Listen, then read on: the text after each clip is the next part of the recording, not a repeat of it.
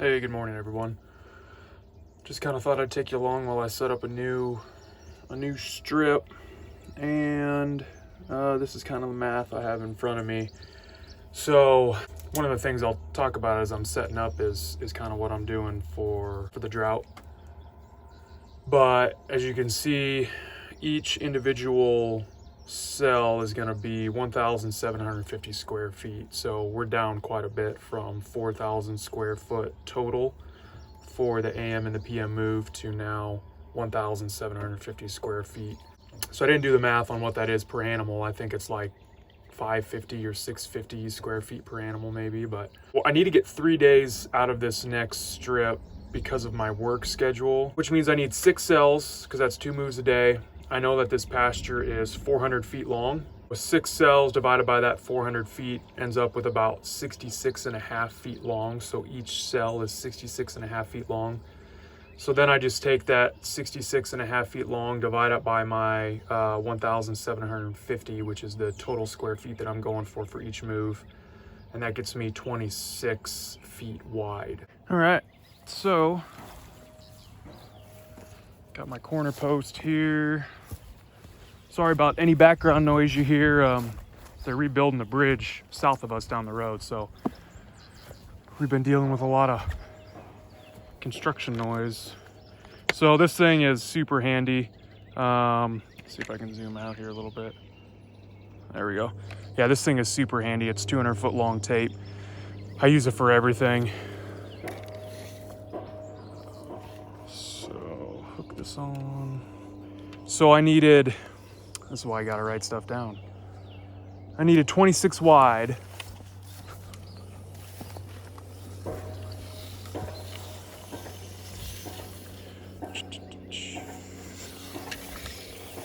Baby bunnies.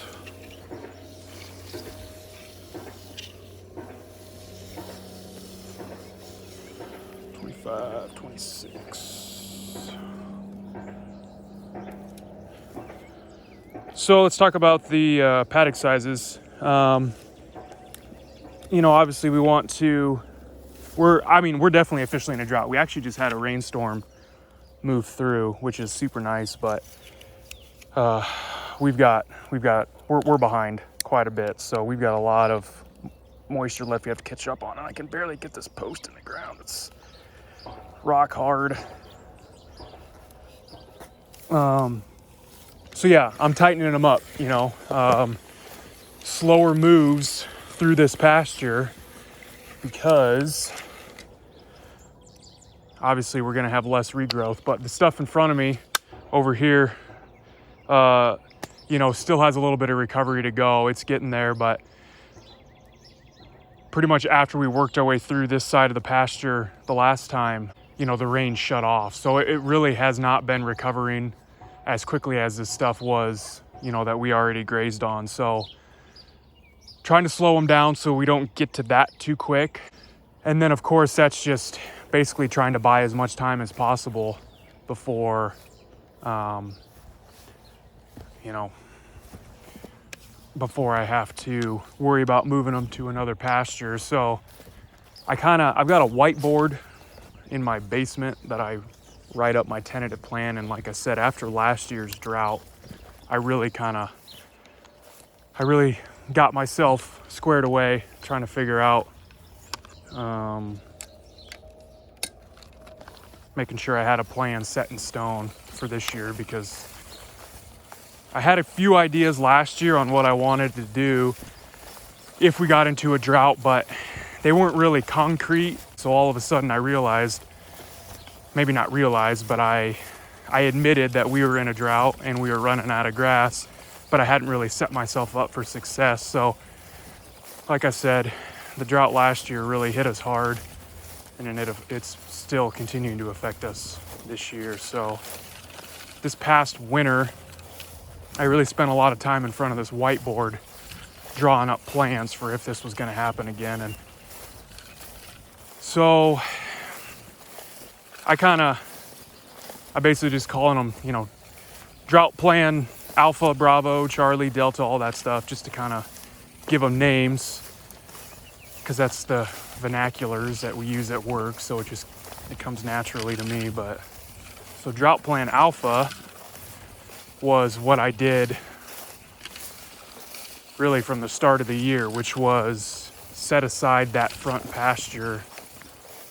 They grazed it a little bit early in the spring when I had to separate the animals, but I really wanted to make sure that it didn't get mowed and it didn't get grazed. Having a set aside area that was thick with vegetation, even if it was mature vegetation, that they can graze on when we get into the drought, and we're in the drought. So drought plan alpha will be grazing that front pasture here, and we're definitely going to be doing that when we work our way through the rest of this back pasture.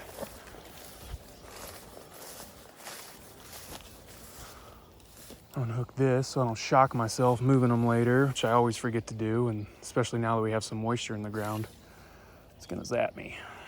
All right, so 26 wide, just to make sure I'm even. Don't judge me on my fence back here. Fence has gotten a little loose because I haven't tightened it recently, and it's getting kind of overgrown.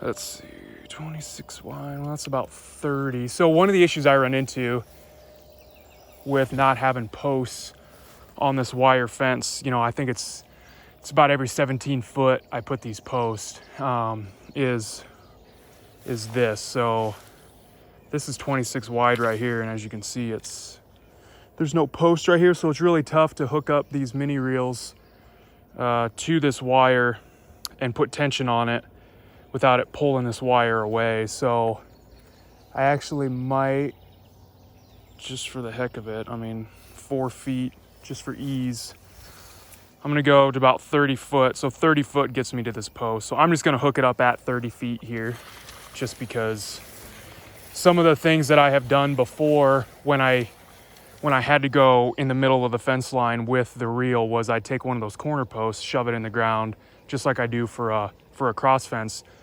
But I was finding that when I put a lot of tension on it to keep it tight, that with the ground being as dry as it is, I actually broke a post the other day doing that. I didn't think that was possible. Those fiberglass posts I have are super strong, but I put so much tension on it and it just kept moving, and I'd come down in the morning, and you can see now even this fence is a little wavy in between, or this wire is a little wavy in between all those posts, but it had snapped that fiberglass corner post, and a couple of cows were out. So I figured that wasn't really for 4 feet, if I was just getting halfway through, or if I had a longer distance, a longer width to get to one of these T-posts, I wouldn't do it. I'd do those fiberglass rods as a corner, but for 4 feet, I can make that work.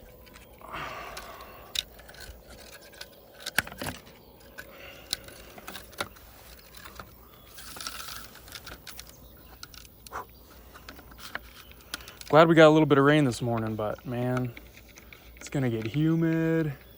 Just enough moisture for those flies to hatch. It's gonna be a pain in the butt. All right, so there's 26 wide. So now I'll set my line posts, and then I'll take my first measurement for my length, which again is 66.5 feet long. So we're walking through, obviously, the strip that they're on. They've been on for 24 hours. I got home from shift this morning and left them on just a little bit longer while that storm rolled through. So they've already had breakfast on this strip again, but as you can see, the residual is not too bad for what they left. They definitely ate some areas down a little thinner where it was like clover, but oh, and here's something cool. Inside that rolled up fence cage is a honey locust tree, a sprout. We don't have any honey locusts on our property. I don't think I've seen one honey locust on the whole 10 acres. Oh man, the flies. Hey girls. Those darn flies. We don't have any honey locusts on our property, so I can only assume I can only assume that a bird or another ungulate passed through and dropped some seeds off. So that's exciting. I'm gonna, like I said, keep that cage around that honey locust, let it grow up. That'll be a good source of shade, and the pods that come off the tree in the fall are really high in sugar, really high in protein, so they make a really nice supplement. And honey locusts actually also fix nitrogen, so they're like a big ass clover plant. Help get some nitrogen into the soil. All right, let's grab my line posts. You can see they've been beating this area up quite a bit, and it's actually, so all this junk in this ravine here was here before we moved long ago. This property actually used to be one contiguous 40 acres that was subdivided 3 times in a 20 acre and 2 10 acres between where my parents are and our neighbors are. But it was a 40 acre draft horse operation. So like further down there, there's actually an entire car flipped upside down. I found the license plate. It's a I want to say it's a 68 or 69 Ford Galaxy 500. But the whole car is in the ravine, flipped upside down. But there's a lot of junk in here that the original owner, back when it was a working farm, that's what they did. To get rid of their junk, they just kind of buried it or used it as natural erosion control. But it's never really been much of a concern until this year, now that I've let the cows in here quite a bit and given them continuous access because of shade. They've been thinning out. They're like goats. They've been thinning out a lot of this brushy, leafy stuff that has never really been cleared before. Even during the winter time, a lot of this stuff wouldn't lose its leaves, so this stayed pretty thick. And so yeah, it's awesome that it's been having them, that they've been clearing it out for me. But at the same time, now I realize how much trash is in this ditch line. All right, grabbing corners and a cross fence. Sometimes it's easier just to pile this stuff up as I take it down from previous strips, just to pile it up, leave it fairly close like I did there, leave it fairly close on the ground in the pasture, and then come back and pick up the piles. But now I'm dealing with ants crawling all over me, because ants and spiders and bugs will make homes in these posts laying down, and then I pick them up and shove them under my arm just to find out that they're full of creepy crawlies that are now all over me. So, okay, drought plan. So yeah, drought plan alpha was set aside that front pasture, and I'm super glad I did. It's been bugging the hell out of me. I've been really wanting to mow it because it's just so mature. It's getting pretty rank. When we built our house, there was obviously a lot of construction traffic, heavy equipment, and so a lot of compaction and soil disturbance led to thistles. So we had a pretty bad outbreak of thistles, especially last year because of the drought. The grass wasn't able to stay thick and keep the thistles at bay. So we've had more thistles this year than we have in a long time. And every time I walk through the front pasture, it just drives me nuts just to see all those seed heads, and we've got some other weeds that are popping up. And so I've been super tempted to mow it the last month, but I'm glad I didn't, because the rain we got just this morning wasn't much, and we haven't had hardly any rain for like a month. We're definitely in a drought. The ground is super hard, it's cracking, everything's turning brown, but it's gonna be nice because there's still some green forage. Not only does it trap dew, the long grass traps dew, but there's still some green forage deep down up front underneath some of that more mature stuff. So I'm glad I didn't mow it off a few weeks ago, especially with the heat too. I mean, we've had cloudless days like today. Today it's gonna be 103 degrees. And after this little cell works its way out of the state, I don't think we're gonna have hardly any shade. So I'm glad I left that tall. So they'll be going into that. I might even tighten them down a little bit because that stuff is so thick up there in that front pasture. You know, this is the 4th time that we've worked our way through this back pasture. So while it is regrown, you can see, like, here's an area that, I don't know if the phone can see it. Here's an area we have some square tips. Could have been the deer. You know, we get a lot of deer working through. That could have just been a clump that the deer bit off, or, you know, it could just be not fully recovered. But regardless, it's fairly thin. So I might tighten them up even more when we move up front, just because that stuff up there is so thick that I might be able to get away with putting them on a tighter area. Plus, like I said, with how mature and seedy that stuff is up there, it'd be nice just to have them really trample it down. Man, cows are already getting on each other's nerves. This heat and humidity too, man, it's got everyone pissed off. The cows are always angry. The chickens are hating life. I don't blame them. So I've had a few, like that calf has been, I think every day that calf gets out of this strip, either because she's getting pushed out or because she's just like, man, I've had enough.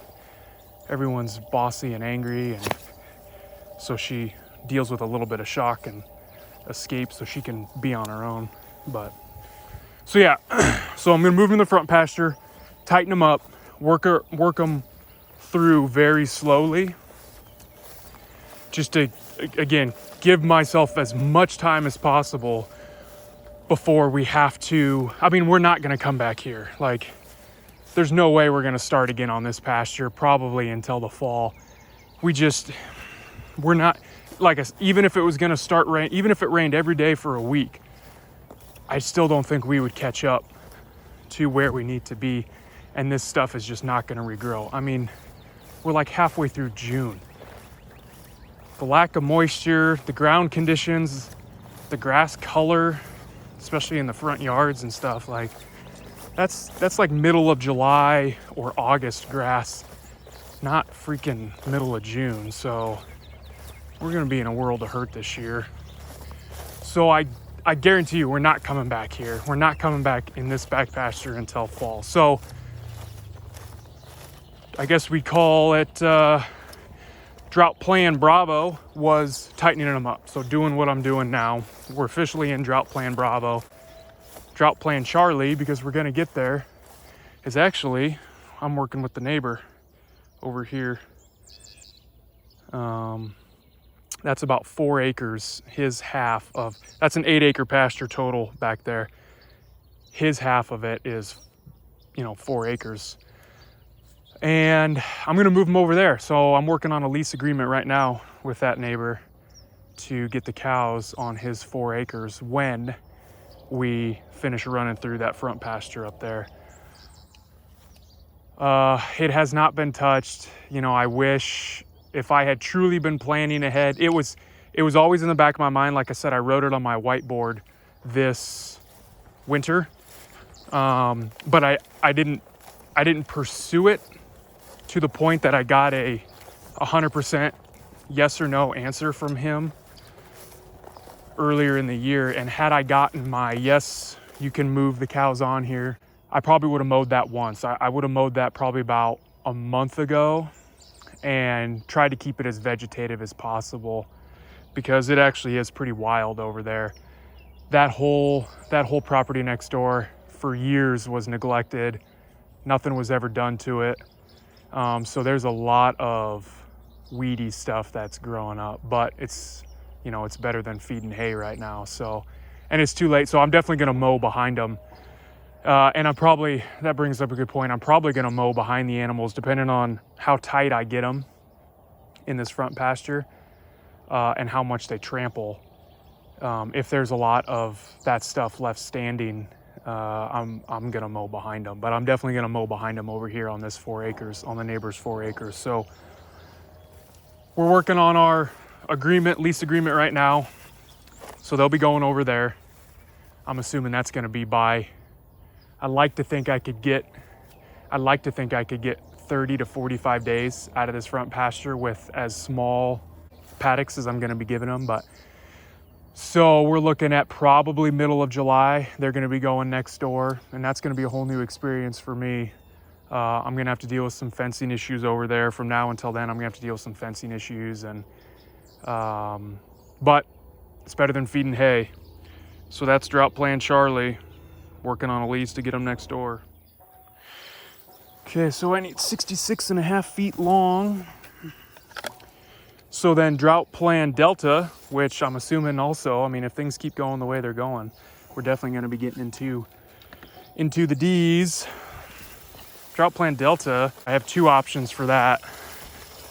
One of which is to start feeding hay, which I'd rather not do because, you know, this lack of moisture obviously affects grass growth for grazers, but it is affecting grass growth for hay production. So it's going to be hard enough for me to find, what I say, 66.5 or 67, 66.5. It's going to be hard enough for me to find enough hay to get me through the winter. Enough, you know, and this year I might be feeding large rounds too, because I'd be shocked if I could get enough small squares at a decent price. That's the other thing, is there's probably going to be enough hay, but it's going to be dang expensive. People are going to up their price. So let's see if I can get this broken post in the ground. So I don't think I'm going to be feeding hay this summer yet. That is one option on Drought Plan Delta. The other option is I'm actually working on a second lease agreement right now with a neighbor down the road. And it was originally written up for next year for the 2022 grazing season, because she's far enough down the road that I'm going to have to trailer the animals. And it's a 16-acre property, but right now there's only about 5 acres that I would feel comfortable putting the cows on with the fence that's up right now. There would be an additional 5 acres after that potentially could be grazed once some fence work is done. And that's part of what I'm dealing with right now with the lease agreement is, you know, I mean, Greg Judy talks about it all the time. You kind of want to get a time commitment out of landowners before you start investing money, whether it be fence, water, shade, whatever, before you start investing money in their property. It's not going to make a difference if you do all that work if you're only on it for a year and then they cancel the lease. So I'm kind of working on that right now. So it's, 16 acres. 5 of it right now is good to go. 5 of it could easily be fenced and would be good. And then there's some more that's in heavy timber, which I probably wouldn't touch. But that is, honestly, that's probably the most likely for my Drought Plan Delta. Come on, girls. Hey, girls. So moving the cows onto her property, you know, and they might be on there this fall, all fall. This 4 acres next door, you know, depending on how good the forage is, and that's another thing, is I really need to get over there and take a look. If it's a lot of unedible stuff that's growing, then I'm gonna be in trouble too. But come on, girls. Man, this is a small chunk. It's crazy to think. Crazy to think this is what they got going from 4,000 square feet to this, but so working on that lease agreement, that's probably going to be what I'm going to do instead of feeding hay, you know, possibly September or October, get them on that other lease and keep them there until November. I think I'm not going to winter them over there as much as I would like to, because of the amount of space that they would have. It's going to be too much of a pain in the butt with my work schedule in the mornings before I got to go to shift to drive over to her place and deal with frozen water. But yeah, that's drought plan Delta.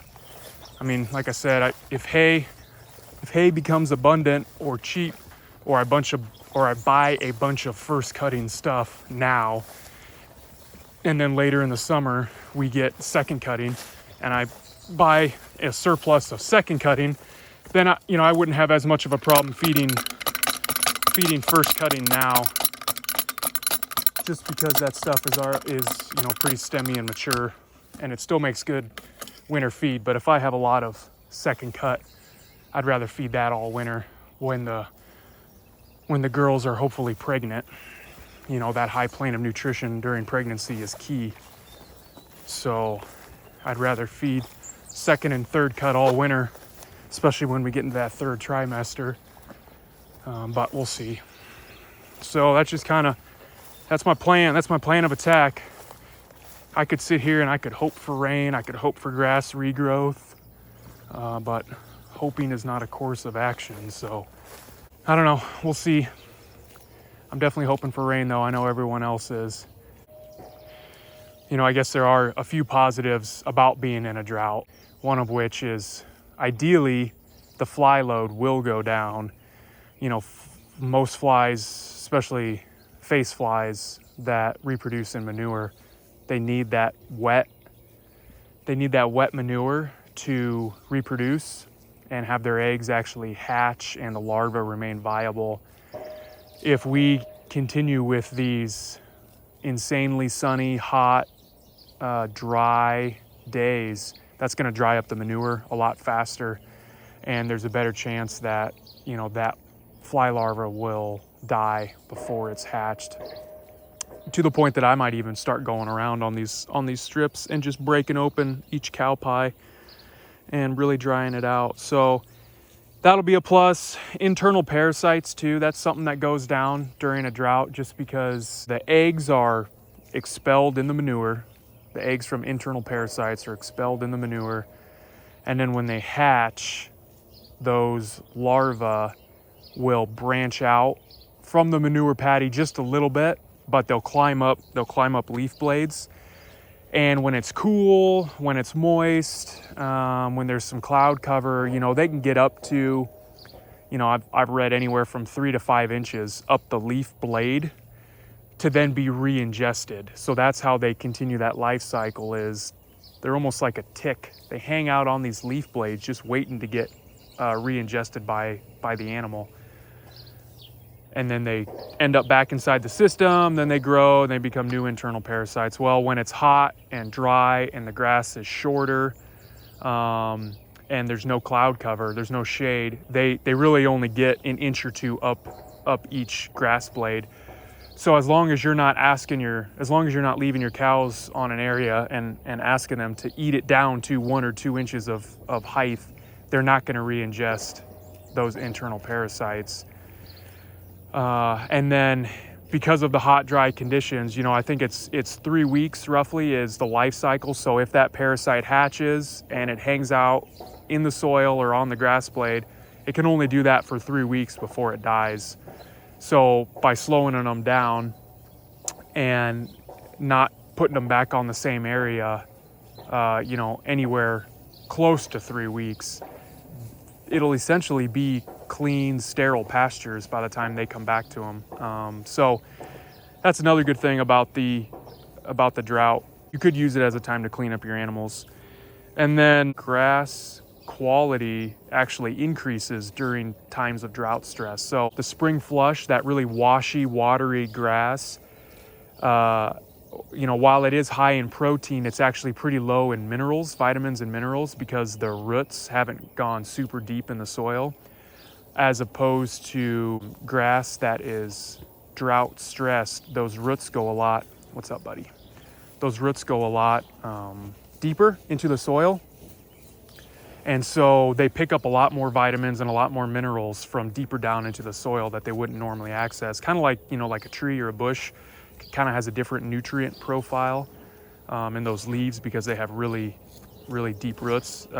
Drought stress grass is doing the same. So it's kind of like that comparison between the Midwest grass and the grass out west, native prairie grass out west. it takes less feed to truly satiate and fill up an animal to meet all of their nutritional requirements. It takes less feed on drought stress grass because it's a better, well-balanced meal. I heard one producer compare it to eating like a 4-course meal covering all the food groups. That's drought stress grass, as opposed to that spring washy grass is like eating a bag of potato chips. You're gonna be a lot healthier, and you're gonna stay fuller longer on that 4-course meal because it's covering all your bases, as opposed to a bag of potato chips. It's gonna fill you up, but you know, an hour later you're gonna be hungry again because there really wasn't a whole lot there. So in theory, you know, these girls and that dude there should get a lot healthier during the drought, just because of the quality of grass, the lack of internal parasites, and hopefully the lack of flies. But pink eye is something I'm going to be watching out for this year. The intense sunlight is actually a big driver in pink eye too. So just having the UV exposure to the eyeball a lot creates a lot of stress, and that'll weaken the immune system and kind of create a pathway for that pink eye to start working. And then the dust, that's another thing I don't like about leaving this area open to them 24/7, is especially around the water trough. And I keep the water trough over there in the corner because it's always in the shade, so it stays nice and cool. But they basically beat the grass down to dirt. And so a few nights ago when I was down here topping off water, they were getting all sorts of pushy and shovey and just kicking up the dust. And dust is another thing that's really going to cause pink eyes. So that's my biggest concern this summer, along with making sure that they stay fed, is just trying not to get any pink eyes. So yeah, that was it.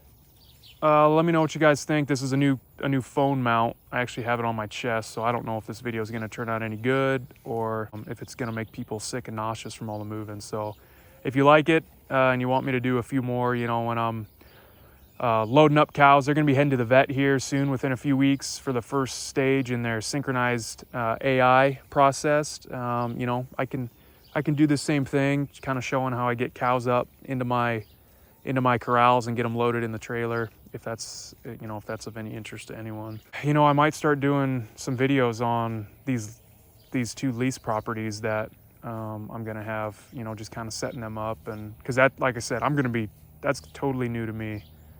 So there's going to be a lot that I'm going to be figuring out right there. So I'd be happy to document it, and we can all learn together and make mistakes together. So, all right, guys, thanks for watching.